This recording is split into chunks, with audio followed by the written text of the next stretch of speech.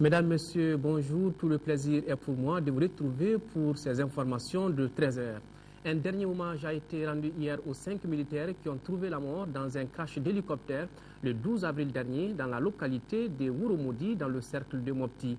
Ont pris part à cette cérémonie funèbre le président de la République par intérim, les parents et compagnons d'armes des disparus. La cérémonie. Écoutons le président de la République, John Kounda Traoré, au micro de notre reporter Mamourou Sidibé. Ceux des officiers du Mali et des pays qui nous accompagnent, j'ai tenu à m'associer à la cérémonie d'aujourd'hui, non pas parce que c'est la première tragédie qui frappe notre armée, non pas parce que seule notre armée doit compter. Beaucoup de soldats maliens sont tombés les armes à la main. Sur le champ de l'honneur, à l'image du vaillant capitaine d'Agalok, Seydou Traoré, et de nos valeureux enfants qui ont défendu la patrie à Konna, avant Konna, et partout sur la ligne de front. Par ailleurs, des soldats non maliens ont sur cette ligne de front perdu la vie. Je suis là aujourd'hui pour accompagner à leur dernière demeure 5 de nos enfants, 5 des éléments sur lesquels la nouvelle armée du Mali comptait. Je suis là aujourd'hui pour renouveler la reconnaissance du Mali aux troupes amies,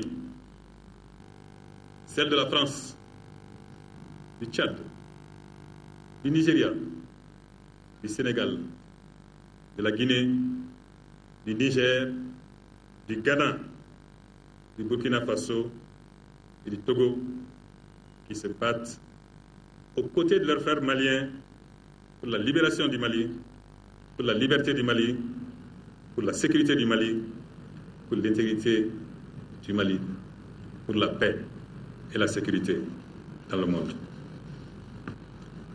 Ce sont les soldats de la cause humaine et nous ne pourrons jamais les remercier assez. Eux, dont certains sont les premiers martyrs de la guerre du Mali, le commandant Boiteux, et tous ses autres compatriotes, et aussi les hommes de la vaillante armée tchadienne, tombés dans l'Adra des Iforas après avoir mis l'ennemi en déroute. Quelle armée, quelle bravoure, quel engagement, du soldat à l'officier, du caporal au général. Le Grand Tchad symbolise le courage et la fierté. Mes chers compatriotes, nous devons en ces heures douloureuses, tous et toutes, nous associer au chagrin des familles aujourd'hui éplorées et partant avoir une pensée pour toutes les familles dont les enfants sont tombés sur le champ de l'honneur. Nous devons également et surtout faire en sorte que le sacrifice de nos martyrs, les nationaux maliens comme les nationaux des pays amis, ne soit pas vain. Le coton malien se porte bien. En effet, en 2012, la compagnie malienne pour le développement des textiles a réalisé un bénéfice de 14 milliards de francs CFA et prévoit une production de plus de 450 000 tonnes de coton en 2013. Et la structure n'entend pas baisser les bras. C'est pourquoi d'ailleurs, elle vient de soumettre à la réflexion des acteurs de la filière un programme de développement stratégique 2013-2018. Ce plan quinquennal prévoit à l'horizon 2018 8 000 tonnes de coton et 3 millions de tonnes de céréales. Youssouf Touré. Avec une production de 453 000 tonnes de coton attendue pour la campagne 2012-2013, la compagnie malienne de développement des textiles renoue à la fois avec la productivité et le rendement. Résultat, la CMDT a réalisé un bénéfice sur ses activités de 14 milliards en 2012. Mais pour la compagnie cotonnière, tout cela ne suffit pas pour se mettre à l'abri des aléas. Il faut opérer un positionnement stratégique. C'est l'objectif de ce forum qui doit valider le plan de développement de la filière sur les 5 prochaines années. Il s'agit pour l'ensemble des acteurs de réfléchir sur les 5 ans à venir pour savoir quels sont les moyens à mettre en œuvre pour mettre le Mali à 800 000 tonnes de coton graine, mais aussi 3 millions de tonnes de céréales pour la zone cotonnière. C'est bien possible. Vous vous rappelez, le Mali déjà en 2003 avait fait 600 000 tonnes de coton graine. Aujourd'hui, réfléchir pour sortir 800 000 tonnes de coton graine, pour nous, les solutions ne sont pas compliquées. Évidemment, le contexte a changé entre-temps. Évidemment, entre-temps, les questions de commerce au niveau mondial se posent avec beaucoup de difficultés pour nos pays. C'est justement à toutes ces questions qu'il faut réfléchir. Une quête de positionnement stratégique à laquelle adhère le département de l'agriculture. Le ministre Baba Berté, mettant l'accent sur l'importance du coton dans l'économie malienne, a appelé les différents acteurs de la filière à maintenir la cadence dans la production et l'innovation. La prise en compte des exigences des clients devient une impérieuse nécessité dans un marché mondial de plus en plus concurrentiel. Face à ce défi, il est indispensable de moderniser notre outil industriel. S'agissant du système d'information, des études sont en cours pour prendre en compte les ambitions de la filière en matière de système d'information. Et enfin, au sujet de la formation, un plan de formation est en cours d'élaboration pour le personnel et les producteurs. Partenaires incontournables de l'initiative, les producteurs réunis au sein de l'Union nationale des sociétés coopératives se sont dit déterminés à atteindre les objectifs du plan quinquennal, sinon aller plus loin. C'est nous-mêmes qui avons organisé avec la CMDT. On a envoyé des délégués dans chaque filiale pour échanger avec les producteurs, prendre toutes les occupations de les producteurs. Et je pense qu'aujourd'hui, ça c'est l'atelier national. On va résumer tout ce qu'ils ont été dit dans les régions et pour montrer ça au gouvernement. Parce que je pense que de 450 000 tonnes à 800 à 900 000 tonnes, pour moi-même, on peut aller jusqu'à 1 million de tonnes. Et pour finir en chiffres, la CMDT, pour atteindre ses objectifs de 2018, entend s'appuyer sur 204 400 exploitations cotonnières et atteindre un rendement de 1200 kg de coton graine à l'hectare. La jeune chambre internationale Bamako Espoir vient de lancer son projet Citoyenneté et Action. À travers ce concept, l'organisation compte sensibiliser les jeunes sur les accidents de la route, le secourisme et la culture de la paix. Abdul Karim Kaba a suivi la cérémonie de lancement. Voici son compte-rendu. Former le maximum de jeunes en assistant des secours, sensibiliser les populations à adopter un comportement citoyen dans les rues et sur les routes et développer le sens du civisme en vue d'accroître les acteurs de changement positif. Voilà entre autres objectifs que s'est fixé la jeune chambre internationale Bamako Espoir à travers le lancement de ce projet Citoyenneté et Action. Pour réaliser cela, Bamako Espoir entend s'appuyer sur la couche juvénile. Nous voudrons finaliser ce programme d'activité avec une grande sensibilisation sur tout ce qui nous entoure comme déchets. Mais il est de notre ressort d'attirer l'attention sur ces endroits, de nous baisser souvent, de ramasser ces ordures et de les mettre dans les poubelles pour appuyer le soutien que nos autorités sont en train de déployer pour avoir une ville saine, une ville propre. La culture de la paix, il en sera aussi question. Le parrain, général Mamadou Idrissa Koulibaly, accorde beaucoup d'intérêt à ce projet. C'est pourquoi il a encouragé les jeunes dans ce sens. La représentante du ministre de la Communication a aussi salué ce geste combien important pour notre pays, surtout en cette période. Sensibiliser sur les accidents de la route, transition, tout trouvé pour parler de ce sujet. Un mort et des dégâts matériels importants, c'est le bilan de 2 accidents qui se sont produits à Kati Sanafara sur la route nationale 3. Le premier accident s'est produit dans la nuit de dimanche et le second dans la nuit du lundi. Qu'est-ce qui est à l'origine de cet accident? Écoutons Modi Diakité, commissaire chargé de la voie publique. Il est au micro de Garibou Pérou. Ce 2 cas d'accident qui s'étaient produits hier. Le premier cas donc c'est aux environs de 23h et le deuxième cas à 4h du matin. Le premier cas, ça c'est, comme vous voyez, le camion semi-remorque qui est ici là. Immatriculation FAF 4595 M5. C'est ce véhicule qui descendait sur la pente de Saranfra en empruntant la route nationale numéro 3 avec un excès de vitesse qui a entraîné une défense technique et qui est venu heurter maintenant l'autre véhicule à immatriculation N2989M3. Mais malheureusement, nous déplorons un cas de décès, parce que le chauffeur conduit à l'hôpital universitaire de Kati, c'est à la suite de ses blessures, il est décédé. Le deuxième cas, lorsqu'on a fait la matérialisation de ces véhicules, mais malgré cela, le troisième véhicule, lui, n'a pas vu les triangles posés.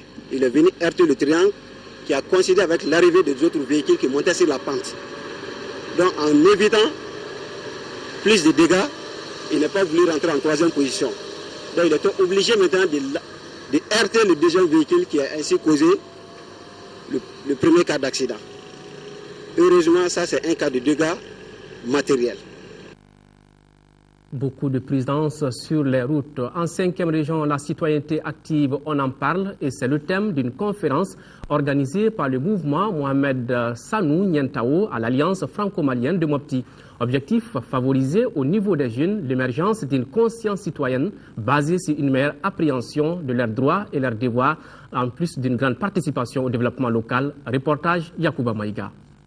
Aucun développement n'est possible sans la participation de la jeunesse. Mais faudrait-il que cette jeunesse prenne conscience du rôle qui est le sien en s'engageant au-delà de l'exercice de ses droits et devoirs légaux à être un citoyen actif?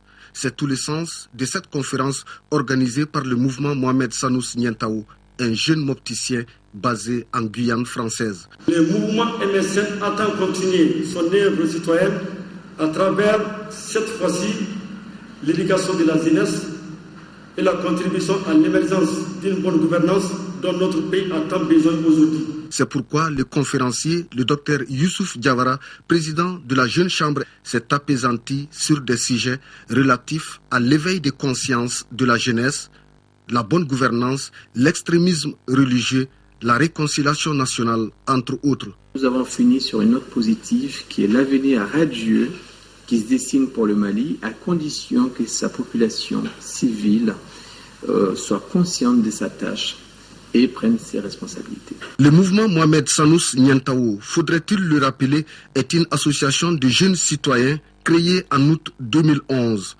Avec plus de 800 adhérents, cette association a aujourd'hui à son actif plusieurs actions de construction locale relatives, entre autres, à la réhabilitation de plusieurs rues de Mopti, à l'assainissement et aux actions de bienfaisance en faveur des personnes démunies. Écho de nos régions, toujours à Gao, les populations se mobilisent pour tourner définitivement la page de l'ère des terroristes. De nombreuses associations créées depuis le début de l'intervention militaire s'investissent pour cette cause. Parmi elles figure l'association des gardiens de service de Gao. Cette association vient d'entreprendre une grande campagne d'assainissement des locaux de l'ORTM, la cité des Askia, Drissa Kone depuis Gao. L'ambiance était bon enfant ce matin dans la cour de l'ORTM Gao qui depuis mars 2012 n'a reçu aucun service de nettoyage. Une cour qui d'habitude est fréquemment assainie par l'association des amis de l'ORTM Gao, ADA ORTM. Nostalgique de leur radio qui émettait sur la 96.1 MHz, les gardiens des services ont décidé de rendre propre la cour et ses alentours. Pour ce choix, les raisons sont simples. Ce qui nous a motivés surtout, c'est le retour du directeur de l'ORTM que nous avons vu ici à Gao. Et cela nous a beaucoup motivés, c'est-à-dire de venir assainir vraiment la cour de l'ORTM afin que l'ORTM reprenne les activités au niveau de la région de Gao. Qui dit ORTM dit le Mali. Donc on est venu, l'ORTM c'est pour nous. Si l'ORTM est là, c'est pour nous que l'ORTM est là. Donc on est venu vraiment nettoyer le bureau, l'entourage et l'extérieur, l'intérieur et l'extérieur. Et le service c'est pour nous les gardiens. De nombreuses autres associations ont répondu à l'appel des gardiens, dont les femmes du quartier qui abritent l'ORTM Gao. Nous sommes venus aider nos camarades, nos frères, parce que nous sommes tous des associations.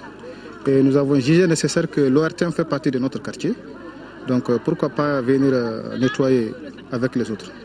Dans l'ensemble, nous pouvons vraiment bâtir un nouveau Mali. Aujourd'hui, la population de Gao souhaite rapidement le retour de l'administration, gage d'une paix durable.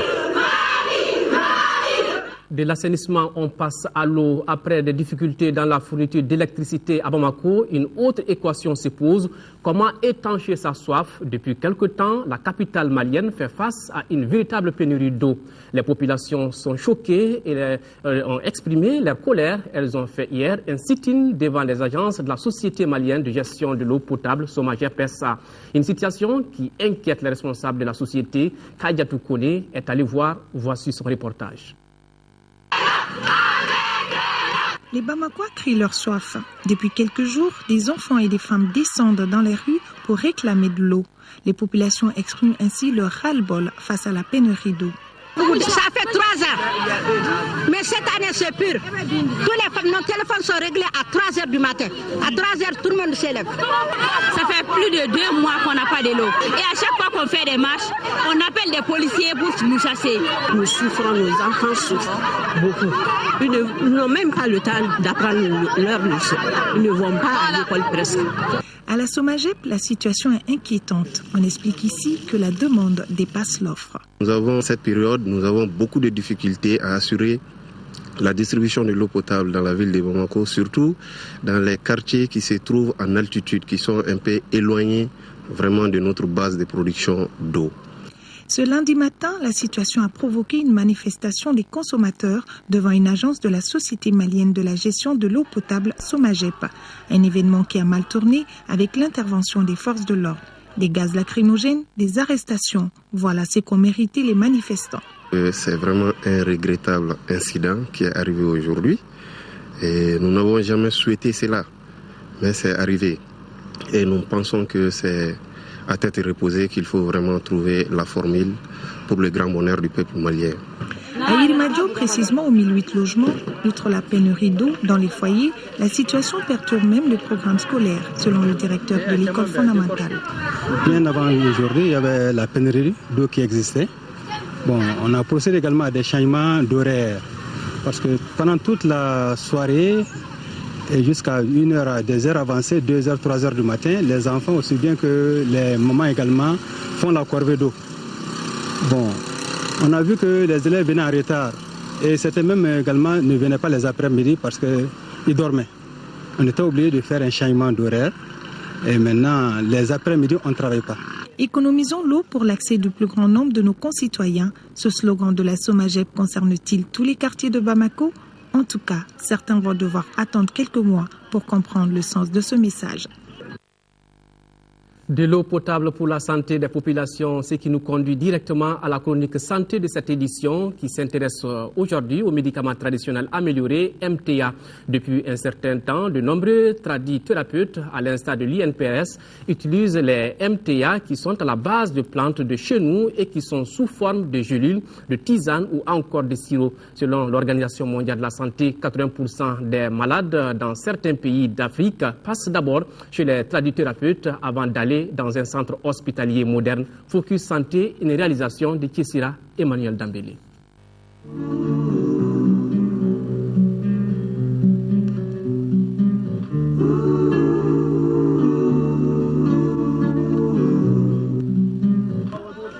Des traditionnelles feuilles d'arbre dans un canari aux tisanes, à la poudre ou au sirop pour satisfaire un besoin permanent en santé. C'est ce que connaît depuis des années le monde de la médecine traditionnelle au Mali. La tendance est de donner un autre aspect à ce qui relève du patrimoine national et aboutir à ce qu'on appelle médicaments traditionnels améliorés sans toxicité. En plus de la division médecine traditionnelle de l'INRSP, les tradithérapeutes maliens sont déjà lancés dans l'amélioration de leurs médicaments avec un œil sur la propriété. S'il n'y a pas de propriété, il n'y a pas de santé. Donc à travers cette propriété, j'ai eu l'initiative de faire des emmballages, de faire des dosages en gélules, en comprimés, en sirop, en tisane, selon dont tu peux prendre dans tes possibilités. Il y en a qui peuvent prendre des tisanes, ils ne peuvent pas prendre des sirops. Il y en a qui peuvent prendre des gélules, ils ne peuvent pas prendre des tisanes. On y fait aujourd'hui de plus en plus recours aux notions de posologie, de mode d'emploi et de date de péremption. La médecine traditionnelle est un véritable patrimoine national. Au Mali, l'itinéraire thérapeutique montre que la famille et les tradithérapeutes constituent le premier recours de plus de 80% de la population. La collaboration entre tradithérapeutes et médecine classique se développe avec plus de recours aux analyses biomédicales. Je ne peux pas travailler sans les hôpitaux, sans les cliniques, parce que qui dit un bon traitement, dit une très bonne diagnostic. Le diagnostic c'est fait dans les laboratoires, dans des cliniques, dans des radios. Nous, on a besoin de ça pour pouvoir bien travailler. C'est pour ça que je ne peux pas donner une analyse sans pourtant demander aux patients. Je ne peux pas donner une ordonnance sans pourtant demander aux patients. Mais les tradithérapeutes connaissent leurs limites. Oui, pour proposer un traitement à des infections, à une constipation ou à un paludisme, mais certaines pathologies sont systématiquement renvoyées dans les centres hospitaliers modernes, comme ce jeune venu donner des explications faisant penser à une hernie et à une hydrocèle, mais chez un patient très jeune. Les types d'opération, les maladies qui sont arrivées à terme de l'opération, nous, on ne peut pas gérer ça. Ça, c'est un des deux. Les maladies cancéreuses, on ne peut pas gérer ça. Les maladies trop compliquées, il faut aller voir d'abord un bon spécialiste. Les trucs diabétiques, que les tradipraticiens leur disent que va manger d'ici, que je peux te traiter à la fin. Non. Personne dans le monde entier ne peut traiter un diabète fini, mon frère. Personne. On peut stabiliser un diabète. On peut stabiliser un problème de tension, mais on ne peut pas les finir définitivement. Le département de la médecine traditionnelle, structure de référence au Mali, travaille aussi avec les tradithérapeutes pour mettre au point ces médicaments traditionnels améliorés. Le premier niveau de collaboration, c'est qu'on cherche de l'information auprès des tradipraticiens. Mais la collaboration, c'est également pour la prise en charge des maladies. Ce qu'il faut noter, que toute la médecine traditionnelle, ce n'est pas le médicament. Les tradipraticiens de santé, c'est des ressources de la médecine traditionnelle, des ressources humaines de la médecine traditionnelle. C'est eux qui vivent au sein des communautés. Et donc, c'est eux qui constituent le premier recours des patients. Donc, il est important pour la santé publique qu'il y ait une communication entre les structures de recherche de la santé et des structures de recherche sur la médecine traditionnelle avec ces ressources humaines. Autant la maladie a de beaux jours devant elle, autant cette médecine traditionnelle, source de merveilles, a de beaux jours devant elle.